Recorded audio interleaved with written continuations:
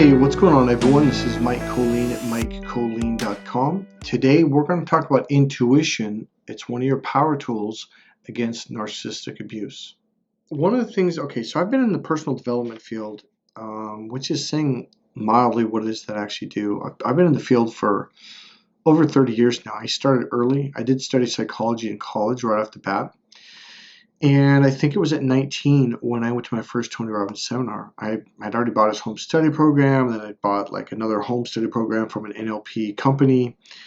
And then I was off to Tony Robbins seminars for a couple of years. And then I ended up going to NLP trainings and I studied with Buddhist monks, et cetera, et cetera. So one of the main things I started to do was meditate every day for hours.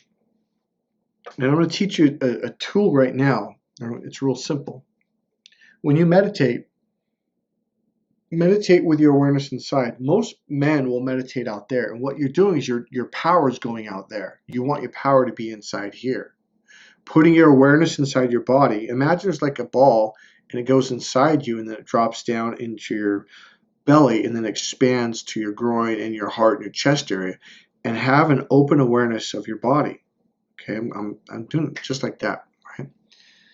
So what did this do for me? It got me in tune with my intuition. So before I really started listing all the things in the list of what a narc is and what narcissists do, it became very intuitive for me.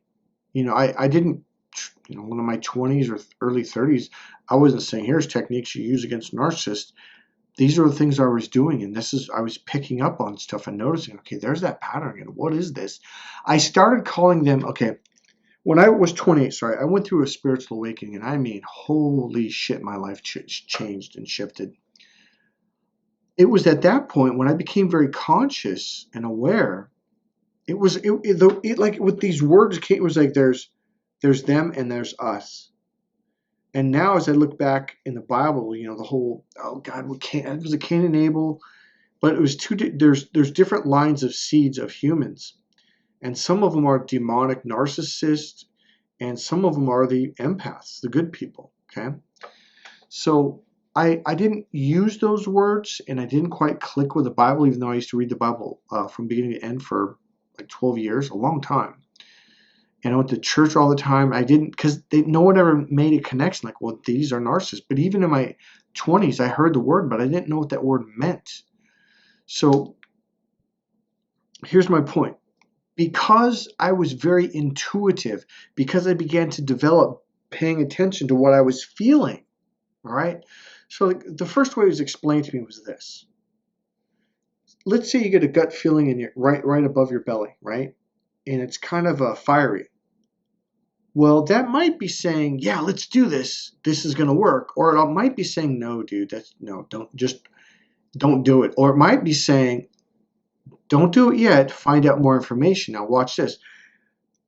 When you start to pay attention, like, oh man, I should have done it. That's what that feeling was telling me. You start to connect. Oh, that's what that meant. Oh, okay. But then when you got that same feeling, but it's over your solar plexus, but it's a little bit bigger and rounder. That's when it's like, oh, definitely do it. But when it's over the belly and it's kind of fiery, that's when you're excited. You want to do it, but hold off. Something's not right. You got to figure it out. You got to gather more information. Someone explained that to me, and it's like, that's how you start paying attention to your gut feeling and your intuition. I'm going to give you a couple things to list here of examples of things you need to pay attention to.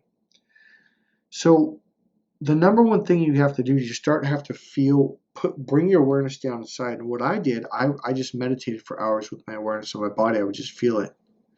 And then the number one goal is when I went out in public, my awareness was feeling my body. After about an hour or two, I would come out of it, right? The next day I'd meditate and do it again. Because I noticed when I'd meditate for about 2 hours, I would be internal for about an hour. And then it would come out. But then as I started working with this monk, oh God, what is it called? It's called walking meditation.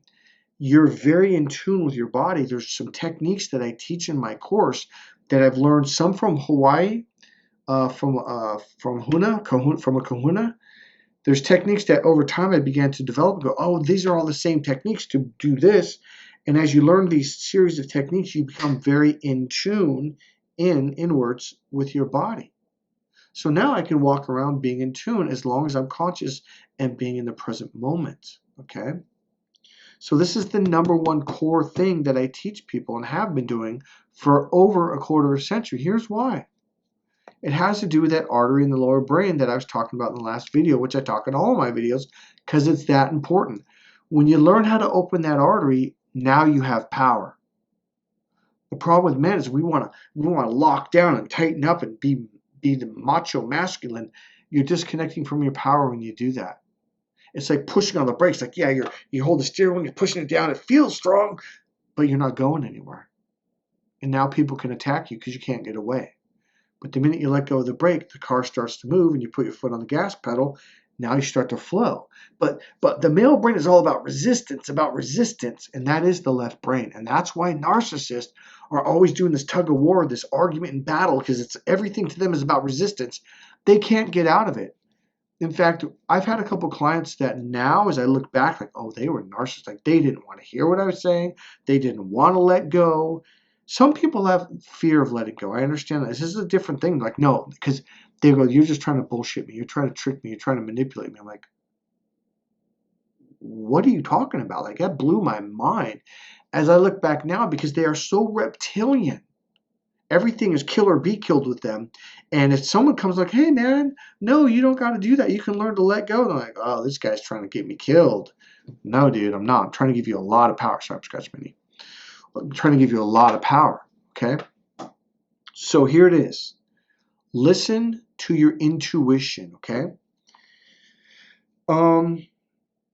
Everyone will tell you when they're discussing, narcissism, is you will just feel, this is number one, you'll just feel that something is off. You don't know what it is, but something is not right with this person. They're kind of mechanical, okay, extremely mechanical. They're overly logic but their logic doesn't make sense. That's, oh my God.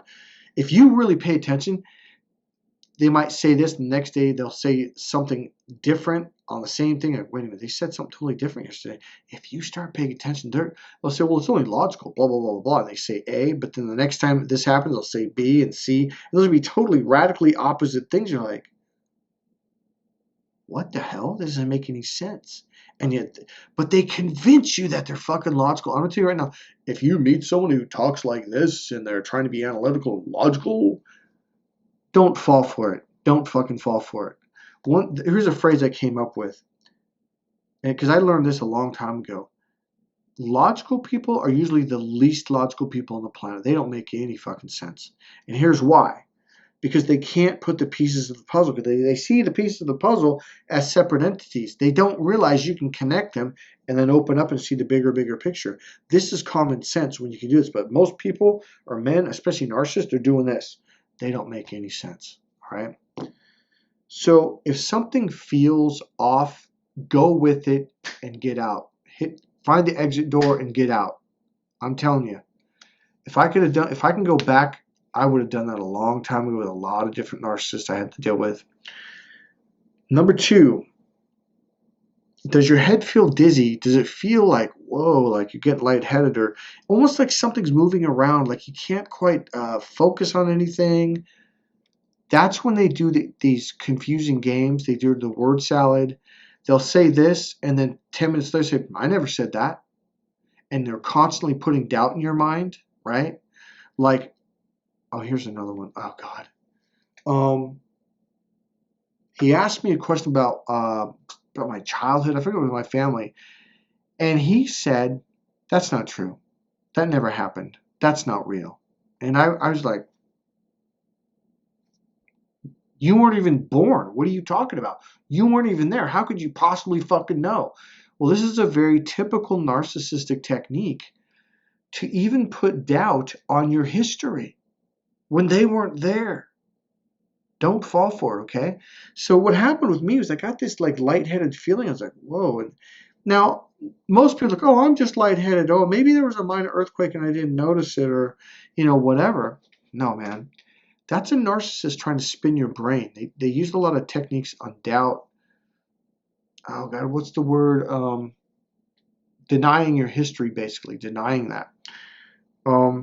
Here's another one. If you get foggy thinking, they're a narcissist. Get away. Here's my rule. If I get dizzy, confused. That's another one. Get this foggy kind of experience. I walk. Now, it's one thing if it was just one day, one time, but with a narcissist, it'll be very consistent. If I'm around someone that's consistent, even if they're not a narcissist, and I constantly get like, whoa, like something's not right here, it's usually a person with really low vibe, low energy field, okay? They've got dirty energy. But really what it is, especially if it's a narcissist, is because they're purposely putting a fog over you. They're purposely making you dizzy because they're confusing you with all their talk. Like, wait a minute, yesterday you said this, now you're saying the opposite. That doesn't make any sense. You confront them on it, and then they either walk out of the room, they ignore you, or they go, what are you talking about? Blah, blah, blah. And you're like, wait, what? And it'll confuse you more. Here's another one. That gut feeling. Do you feel anxiety around this person? Do you feel like you're walking on eggshells?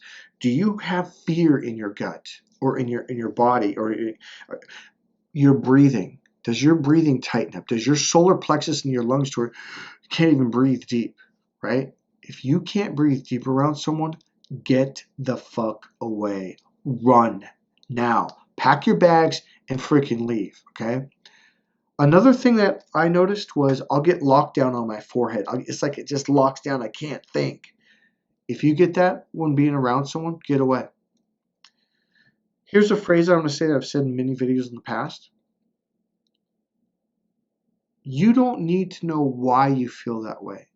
If you feel anxiety around someone, if you walk away from someone and feel anxiety, fear, doubt, confusion, shame, insecure, that's a huge thing they're doing is making you insecure, get away. You don't need to know what they did.